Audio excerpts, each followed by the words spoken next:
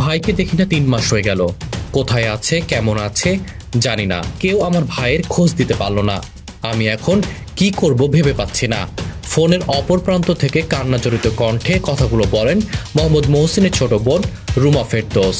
তিনি যোগ করেন, ভাইয়ের সঙ্গে কত স্মৃতি এখনো আমার চোখে ভেসে বেড়ায়। আল্লাহ যেন ভাইকে আমাদের কাছে ফিরিয়ে দেন, সে দোয়াই করি।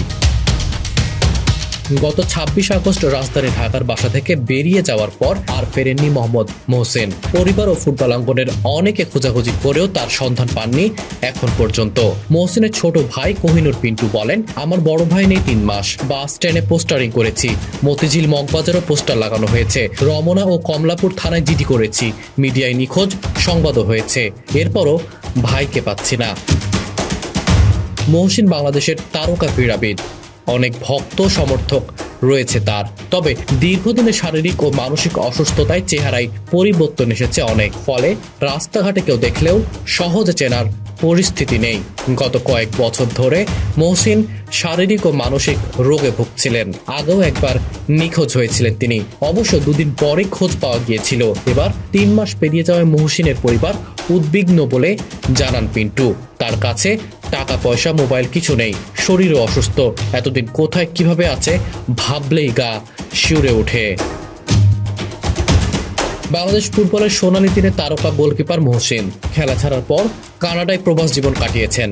সেখান থেকে ফিরে ঢাকায় বসবাস করছেন 2014 সাল থেকে। 61 বছর বয়সী মহসিনের চিকিৎসার দায়িত্ব নিয়েছিলেন বাংলাদেশ ক্রিকেট বোর্ড। অসুস্থ মহসিন হাসপাতাল কর্তৃপক্ষের চোখ ফাঁকি দিয়ে বাসায় এসে পড়েন। মহসিনের বন্ধুরাও হাল ছেড়ে দেন এক পর্যায়ে। বাংলাদেশের ফুটবল ইতিহাসের সেরা গোলকিপারের আলোচনায় সান্টু, মহসিন, আমিনুরের নাম প্রায় সমানভাবে উচ্চারিত হয়। গোলের খেলা ফুটবলে গোলকিপার হয়েও 80-90 এর দশকে অনেক বড় তারকা ছিলেন মহসিন। জাতীয় ফুটবল দলের সাবেক অধিনায়ক মহসিনের 1982 এশিয়ান গেমস থেকে উত্থান। এরপর প্রায় 1 যুগ বাংলাদেশ দলের 1 নম্বর গোলকিপার ছিলেন তিনি। জাতীয় দলের পাশাপাশি দেশের 2 জনপ্রিয় ক্লাব আবাহনী এবং মোহামেডানেও খেলেছেন দীর্ঘদিন। 2 বড় ক্লাবের সঙ্গে মুক্তিযোদ্ধা সংসদ ক্রীড়া চক্রেও অধিনায়কত্ব করেন মহসিন। মানসিকভাবে অসুস্থ থাকলেও বড় 3 ক্লাবে অধিনায়কত্বের গৌরবের বিষয়টি তিনি স্মরণ করতে পারতেন। একজন কিংবদন্তি ক্রীড়াবিদ এভাবে নিখোঁজ হয়ে গেলেন, কোথায় আছেন কেউ জানে না।